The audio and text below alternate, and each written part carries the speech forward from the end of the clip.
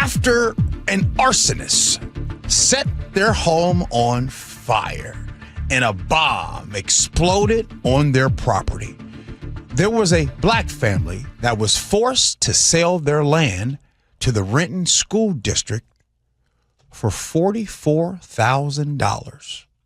Today, how much you think that land is worth? It's worth $36 million today. Joining us right now is the man whose childhood home was sold. John Houston, thank you so much for joining us. Thank you. I want to talk about when you think about that land today, what comes to mind for you first? Well, first of all, thank you for having me here today. I hear you talk about joy, and it's still, even after the tragedies and the misjustice, it's still, when I think about it, I think about the joy of being raised there and growing up on that land. What do you miss most about that land?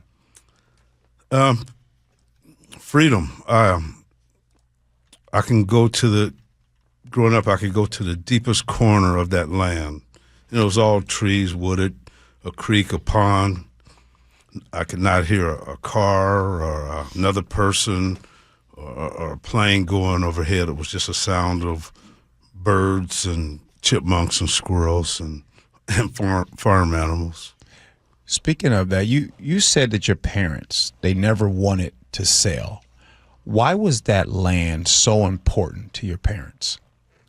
And that, thank you for that question, because that really touches me in my heart still today after all these years.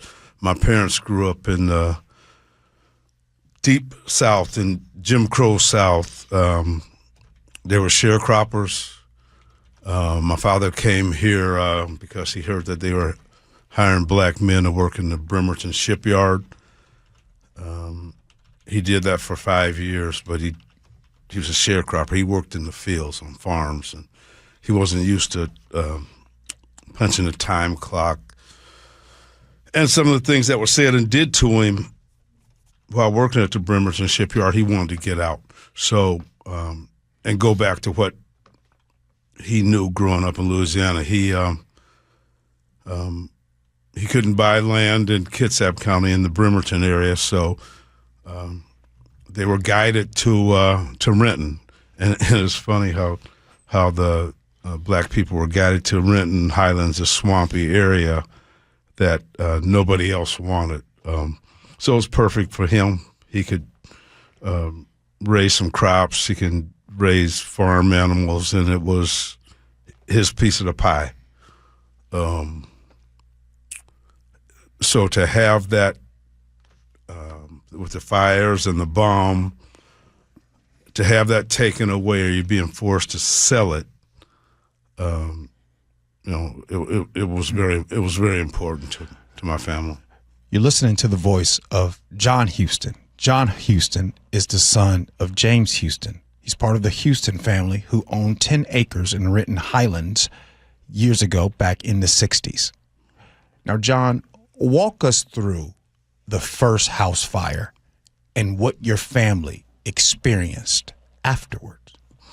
The first house fire, it was literally a shack, the house but it was my parents. They owned it. It was literally a shack, but it caught on fire. And one of my older brothers was working at a different part of the land, cutting up. My father junked cars also, so he was cutting up cars, and he saw the smoke. He was actually alerted to the fire by geese. They were honking the horn, honking and flapping their wings, and he looked up and saw the smoke. But it makes me think the fire department didn't respond with a fire truck from 3 blocks away. They sent a truck from 5 miles away from the Kennedale area, so it just took longer to get there to put out this fire. And the Renton School District had already stated that they wanted the property.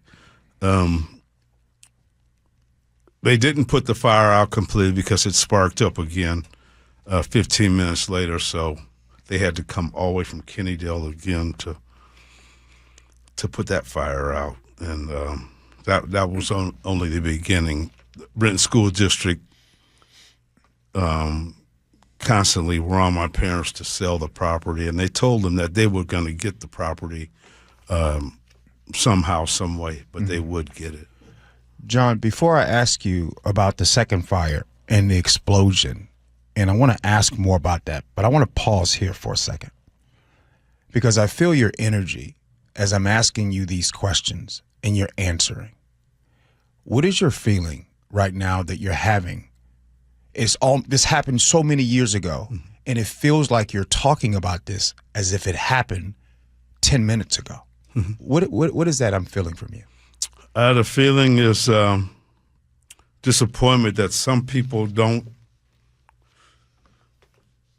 They think it's that I'm just after a bunch of money, but the lived experience and those traumas that me as a child and my brothers and sisters as children, they don't seem to understand those traumas, that lived experiences that you guys talk about often, that they don't have that softening of the heart. It's still hardcore. He signed it. He signed it with an X. He could not read or write. He signed a contract about 300 pages to see that little squiggly X. Take us to that moment. So he signed it. He couldn't read or write. What was that about? What was the moment in which someone came to him with a contract or something for him to sign? Explain that. That was after the two fires and the bomb. They put it down in front of him, and he didn't know what it was. He couldn't afford a lawyer, and they knew they had him on the ropes. My father had experienced these same kind of activities in Louisiana, him growing up. And now his children had to see this. This was in Renton, Washington. This is not Selma, Alabama, or Birmingham. This is in Renton, Washington, where somebody wanted something that you had, that they had, wanted it so bad to put these people through that again. So the lived experiences that you guys talk about, and I appreciate it a lot, they're real. Yeah, that's your truth. That's authentic. That's but until people can have that softening of the heart, they'll never get it. They'll never get that these people, that was the only thing that they had ever owned themselves, and they worked for. We cleared land. We cleared land with our hands. They'll never get that. And to see the 200 houses, all over $1 million on that land, the Renton School District, the city of Renton, and King County, still they're making millions of dollars on taxes. They get tax dollars for every single one of those homes. They gave us so little. My mom still had to work 2 jobs, a janitor at night and clean people's houses during the day. You're listening to the voice of John Houston. John Houston is the son of James Houston, whose family back in the 60s lost 10 acres in the Renton Highlands area. Before I also continue, I wanted to go down the lane of, you talked about your mother, and you talked about her working 2 jobs and night, cleaning homes. I wanna ask about how did this change the trajectory of your family? that's another thing that when they got divorced because of this, my father had given up. He wanted to leave Renton, and my mother said, no, the kids' friends are here. They've gone through most of their school here. And my father, they got a divorce. And when my father was in the house, there was no foolishness. There was, with my mother working 2 jobs, me and my brother and sister who became addicts, alcoholics, that was one of the results of having, a fatherless home.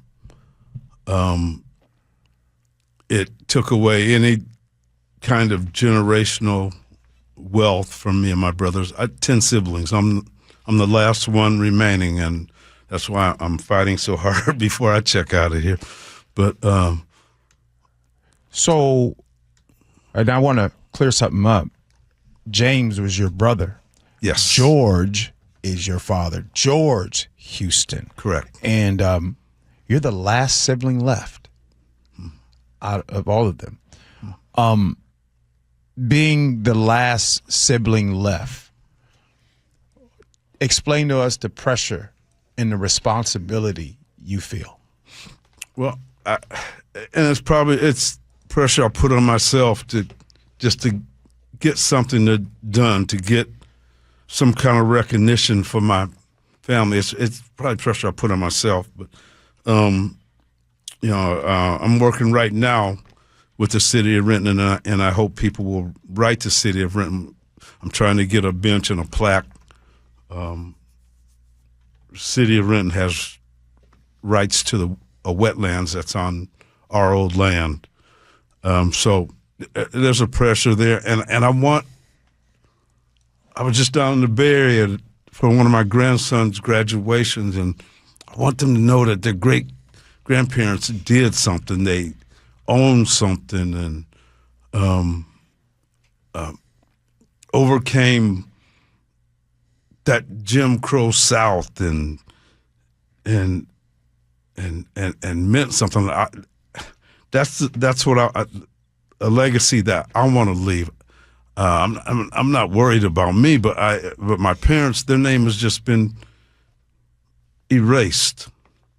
There was and I hope you let me say, there was a small black community of these African American people, these black families who couldn't buy land in King County and Kitsap County on this one street in the Renton Highlands. It was a mile long, swampy, but they made this community thrive. There were 6 professional athletes that came from this one street. Mm. And I know you're from Chicago. That's hard to find in Chicago. Mm-hmm. 6 professional athletes, NFL, the Canadian Football League, and the NBA from this one street. It was a tight-knit community, and as soon as they did this to my parents with the threat of eminent domain, everybody else, all the other families said, man, if they do it to the Houston family, they'll do it to us. And they sold. It was just like in the central area of Seattle, how they raised the taxes. People who own their homes, mostly black families, homeowners, own their homes. They couldn't afford those taxes. These people are up there in age. So what do? They sell. And now there's many mansions on those streets in the central area of Seattle. So, well, John, you bring up something that is a topic every single day in the Seattle, King County area. You brought up property taxes. Mm-hmm. And what we talk about all the time is there are a lot of people, because a lot of times people think, well, that was back then, things have changed now. Well, today, whether white, black, or right now, it's not necessarily about ethnicity. Right now, it's about money. So if you can't afford the property taxes in King County, then you have to be pushed out of where you lived, where you grew up, or those on fixed incomes, those who are widowed. Talk about how 50, 60 years ago is still happening today. There's and the use of eminent domain usually, and it doesn't, like I said, it doesn't matter your ethnicity. It doesn't matter your religion, who you love. It doesn't matter. They choose people at the lower end of the income legend. So in Renton now, the Renton School District just did it again. They took 32 homes, 8 businesses for a baseball field in the parking lot. Some of these people own their homes, and they'll never be able to buy another home, especially in Renton. They'll never be able to buy another home, and it's just like it's nothing. They get all kinds of tax breaks, while our taxes as citizens and residents are constantly going. But they get the tax breaks, and it's just a circle. Most of the landowners in King County now are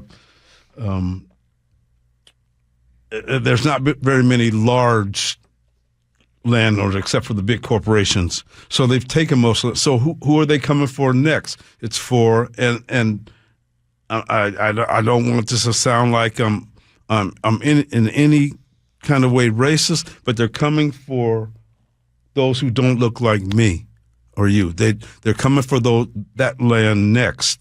So if we don't work to stop it now, man, they might come and say they want your house for a retention pond or a park. So it's a vicious cycle, and it needs to stop. First, what would justice look like to you today?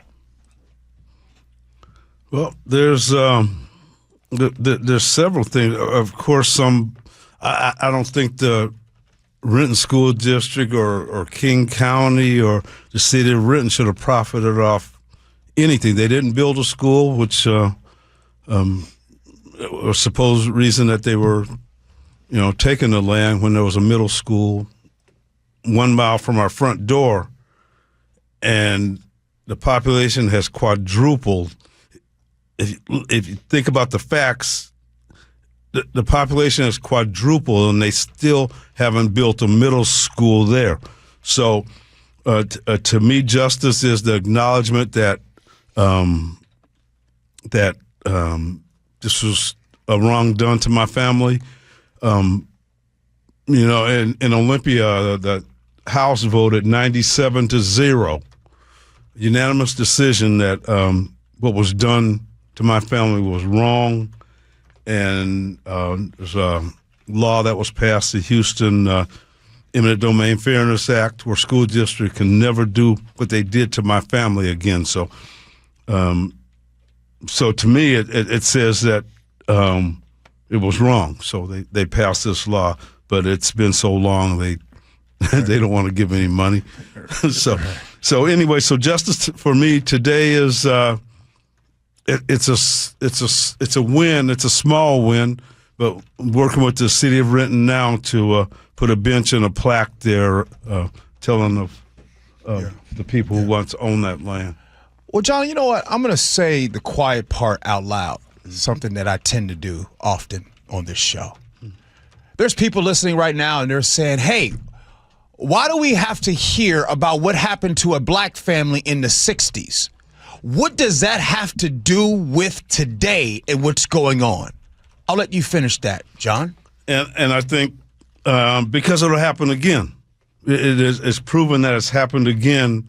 It's just that they've gotten most of the lower income people's land already. So it could come to Bellevue. I don't know. But so that's why it's so important, and it's so important for our young people to know that everybody that's standing on the street corner selling drugs might be a black person. something led him to that corner. It could have. My traumas led me into addiction.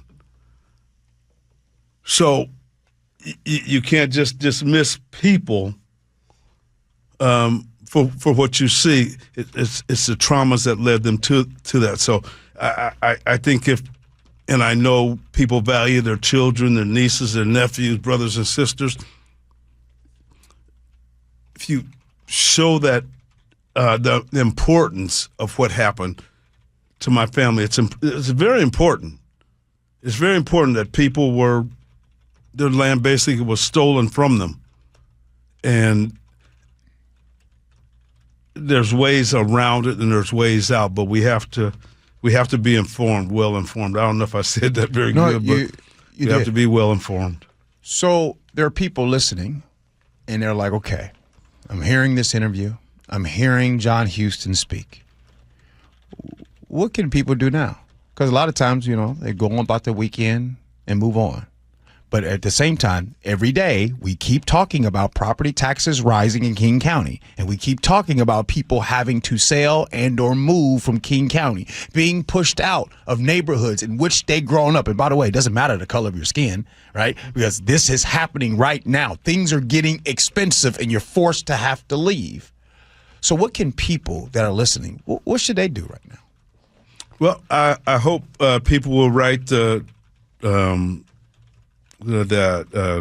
Superintendent of Renton Schools, Damian Patnott, write the mayor of the city of Renton, Armando Pavoni, or council members or Renton School Board members, and tell them that what was done to this family and these other families in the city of Renton now, it's not right, especially for a baseball field and a parking lot and $200 million homes. It's just not right.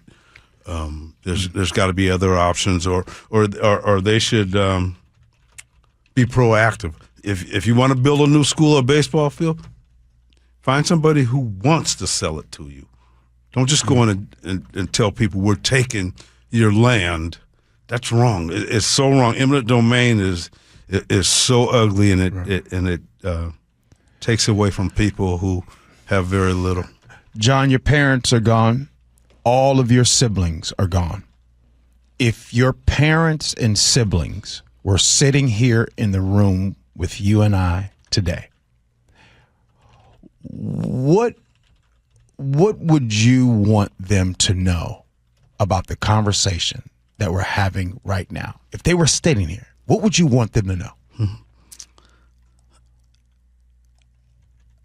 First, I would want them to thank the Gee and Ursula Show in KIRO, because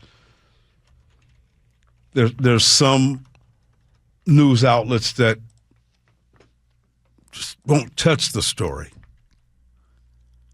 And they would thank you, and my mother would probably ask if you like sweet potato pies for Thanksgiving. She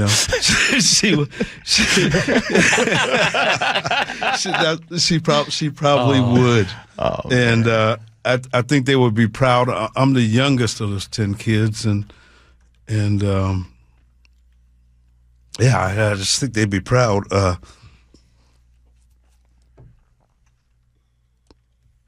I know my father.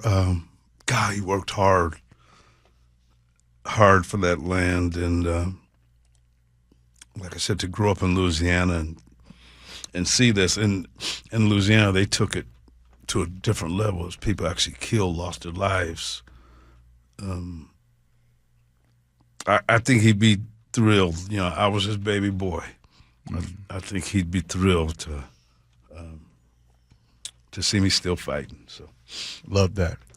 Coming up Juneteenth, the day after Juneteenth, on Saturday, June 20th, out there in Renton, they're going to be doing a Juneteenth celebration. And did I hear that this celebration has close ties to where your family owned land? Yes. Talk about that. Yes, it's that's the joy. It's right there in the neighborhood, in that small black community that was erased. We're having Juneteenth right in the center of it, at the Martin Luther King Jr. Baptist Church. It's you can Google it and find that church, but it's from 12 to 5, and we're going to do education. We're going to have the food. We're going to have the music and dance, and it's a celebration about the meaning of Juneteenth, not just a pop-up tent with perfumes and candles and a couple pictures. This is education about what Juneteenth really means. And Dr. Linda Smith, she's a angel and a saint for that. As a young boy growing up in Renton, and this is a true story. It's not just John just shooting from the hip, but I prayed for somebody like Dr. Linda to come to Renton, because the way that the black people there needed a voice, and she's been that voice. It'll be a good celebration. Come out if you can. John, thank you so much. Thank you for taking the time to come and sit down with me. Hope we can do this again in the future, because I feel like I can learn some things from you, good brother. Thank you. I know I learned things from you, and we're the best in the world. Best in the world.